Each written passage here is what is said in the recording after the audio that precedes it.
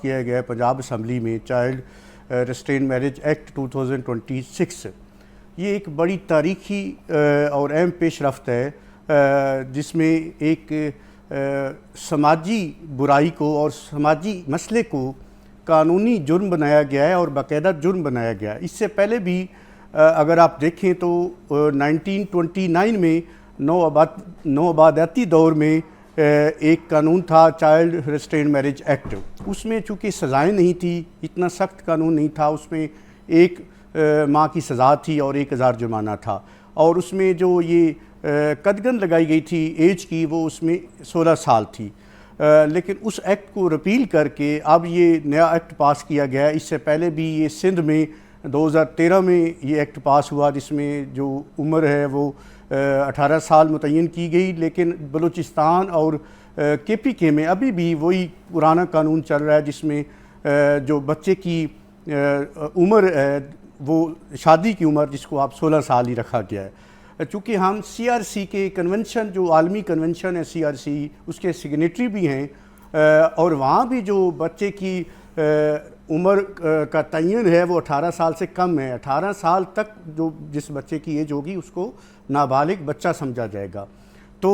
اب دیکھنا یہ ہے کہ یہ اس میں بہت ساری رکاوٹیں بھی ہیں،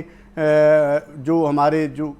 کلچر ہے جس میں پولیس کی ٹریننگ ہے اور معاشرتی قبولیت ہے، اور کاغذ سے لے کے زمین تک کا جو سفر ہے وہ کیسے طے ہوتا ہے کہ اس کی امپلیمنٹیشن کتنی ہے۔ آلدو کہ جو 1929 کا پہلے ایکٹ تھا اس کی بھی امپلیمنٹیشن نہیں تھی، اگر تو اس کی امپلیمنٹیشن نہیں ہوگی تو یہ قانون نافذ العمل نہیں ہوگا، اور صرف یہ ایک اچھا ارادہ جیسے پہلے بہت سارے ایکٹ آتے ہیں یہ وہ تصور ہوگا۔ اور لوگ اس میں آپ نے جیسے پوچھا کہ کیا کیا اس میں معاشرتی معاملات ہیں یا کیا کیا وجوہات ہیں جس وجہ سے لوگ چھوٹی عمر میں، کم عمری میں بچوں کی شادیاں کر دی جاتی ہیں۔ اس میں زیادہ تر اس طرح کے جو معاملات ہوتے ہیں وہ دیہاتی علاقوں میں ہوتے ہیں، جو پنجاب کے دیہی علاقے ہیں اس میں ہوتے ہیں۔ اس میں ایک تو جو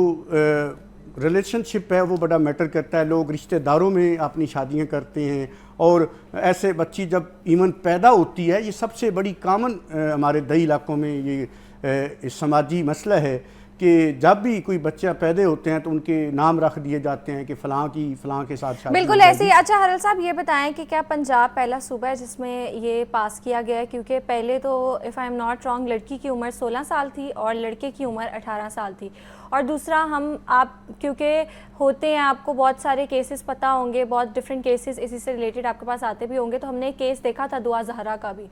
تو اس حوالے سے بتائیں کیا ایسے کیسز اب بھی آپ کے پاس آتے ہیں؟ بالکل، یہ بڑی کامن پریکٹس ہے، اور آپ نے جیسے کہا کہ باقی صوبوں میں بھی میں نے عرض کیا کہ یہ اس کو جرم ہے، لیکن اس کا نافذ العمل ہونا وہ بہت ضروری ہے، امپلیمنٹیشن ہونا وہ بہت ضروری ہے۔ اس میں آپ کو بہت ساری رکاوٹیں جو ہیں سامنے ہوں گی، جس میں سب سے بڑی رکاوٹ یہ ہے کہ معاشرہ اس کو کیسے قبول کرتا ہے۔ اس کے علاوہ سب سے بڑی رکاوٹ جو میری نظر میں ہے وہ یہ ہے کہ بچوں کی رجسٹریشن نہیں ہے، نہ کوئی برتھ سرٹیفکیٹ ہوتا ہے، نہ نادرا کا بے فارم رجسٹر کیا جاتا ہے، اور نہ یونین کونسل میں ایسی کوئی رجسٹر ہوتی ہے۔ تو یہ اس کو پروو کرنا، چونکہ اس قانون میں بھی پروو کرنا پراسیکیوشن کا کام ہے، اس کو پروو کرنے کے لیے کہ وہ ثابت کرنے کے لیے وہ سارے ڈاکومنٹیشن اس کا ہونا بہت ضروری ہے۔ اور اس کے علاوہ ایک اور سائنسی طریقہ ہے جس کو ہم اوسیفیکیشن ٹیسٹ بولتے ہیں، اگر یہ دیگر ڈاکومنٹری ایویڈنس نہ ہو تو پھر اوسیفیکیشن ٹیسٹ کے ذریعے بچے کی عمر کا تعین کیا جا سکتا ہے، لیکن چونکہ اس میں بھی پھر برڈن اور پراسیکیوشن پہ آ جاتا ہے اور کیس کمزور پڑ جاتا ہے، جس وجہ سے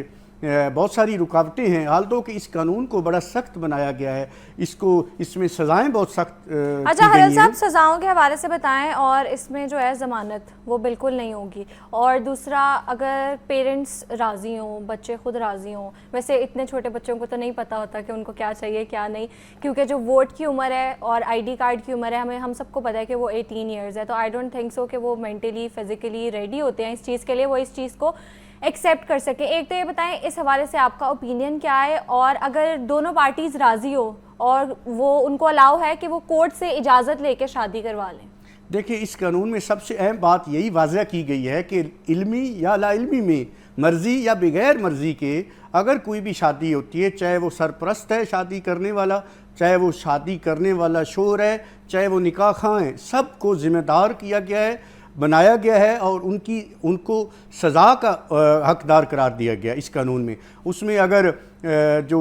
خاوند ہے، شوہر ہے، اگر وہ کسی 18 سال سے کم عمر کی بچی سے نکاح کرتا ہے، چاہے وہ اس کے علم میں ہوتا ہے یا نہیں ہوتا، پھر بھی اس کو 2 سے 3 سال سزا ہے۔ اور اگر اس کا سرپرست جس میں والدین آتے ہیں وہ کسی اپنی بیٹی کی شادی کرتے ہیں تو ان کو بھی مجرم ٹھہرایا گیا ہے اور ناقابل ضمانت جرم ٹھہرایا گیا ہے۔ اور اسی طرح سب سے جو پہلا اس میں معاملہ ہے وہ نکاح خواں، جو پہلی پیش رفت ہے، نکاح خواں جو ہے اس کو ذمہ دار ٹھہرایا گیا ہے۔ اور بلکہ اگر نکاح خواں بغیر دیکھے جانچ پڑتال کیے کہ یہ بچی یا اس کی عمر جو ہے وہ 18 سال نہیں ہے، شناختی کارڈ اس نے نہیں دیکھا، تو وہ بھی مجرم ہوگا اور قانون کی نظر میں وہ مجرم ہوگا اور 1 سال اس کی سزا ہے۔ تو یہ سارا بڑا سخت قانون ہے جس میں سارے ذمہ داروں کو، جو ایک ایکٹیو سسٹم تھا جس میں شوہر، جس میں والدین، جس میں وہ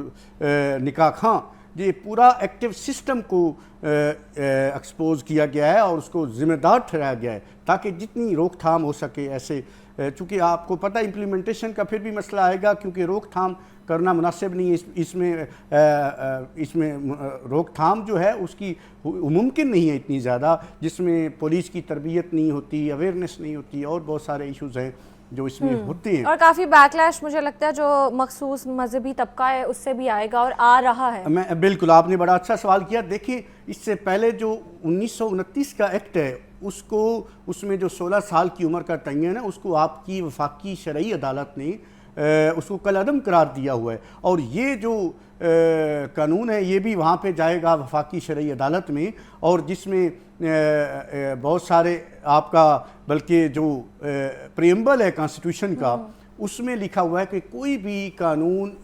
شریعت اور اسلام کے منافی نہیں بنایا جا سکتا۔ اب شریعت میں تو ایسی کوئی قدغن نہیں ہے کہ 18 سال کی عمر کا تعین کیا گیا ہو کہ اس سے پہلے اگر لڑکی بالغ ہو جائے تو اس کی روک تھام کی جائے، اس کے جو اس کے اوپر قدغن لگائی جائے اور اس کو ممانت کی قرار دیا جائے۔ لیکن سر شریعت یہ بھی تو اس چیز پہ بھی تو زور دیتی ہے نا کہ جو عورت ہے یا مرد دونوں ہی شادی سے پہلے مینٹلی اور فزیکلی پریپیئرڈ ہو، نہ صرف فزیکلی بلکہ مینٹلی پریپیئرڈ بھی ہوں۔ تو اس چیز کا بھی بہت خیال رکھا گیا ہے اسلام میں۔ اور جو زبردستی کی شادی ہیں، بے شک پیرنٹس ہیں، ہم ان کو کہتے ہیں وہ اولاد کی بھلائی کے لیے کرتے ہیں، لیکن پیرنٹس کو بھی الاؤڈ نہیں ہے کہ وہ زبردستی شادی کروا دیں۔ بالکل نہیں ہے۔ اور دوسرا یہ کہ اس آڑ میں بہت ساری ایسی شادیاں جو جبری کی جاتی ہیں، اور بہت سی احادیث ہمیں ایسی ملتی ہیں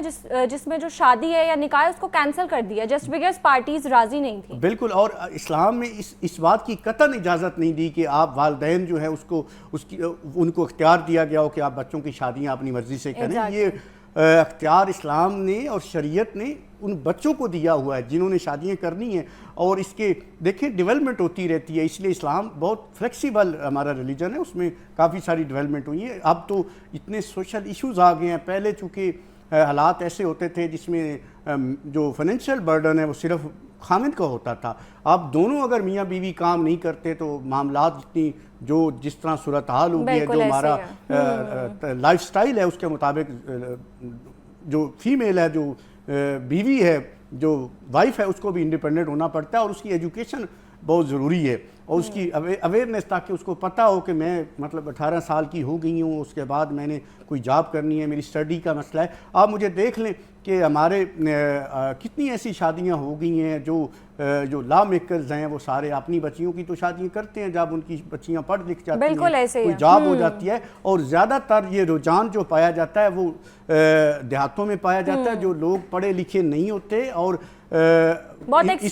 لڑکیوں کو اور بچیوں کو ان کا یہ رائٹ نہیں دیتے کہ آپ اپنی مرضی سے شادی کر سکتی ہیں۔ بالکل ایسے۔ اچھا سر یہ بتائیں کہ ہم ایک طرف تو بات کریں کم عمری کی شادی، تو بے شک وہ فورسڈ ہو یا کوئی بالغ ہو جائے، اس لڑکی کی زبردستی اگر پیرنٹس شادی کرائیں تو وہ کہاں پہ کمپلین کر سکتی ہے؟ اس کے لیے کیا قانون موجود ہے؟ دیکھیں وہ پولیس اسٹیشن میں کمپلینٹ کر سکتی ہے اگر کسی لڑکی کی جبری شادی کم عمری میں کروائی جاتی ہے، اور اس میں سیشن کورٹ کے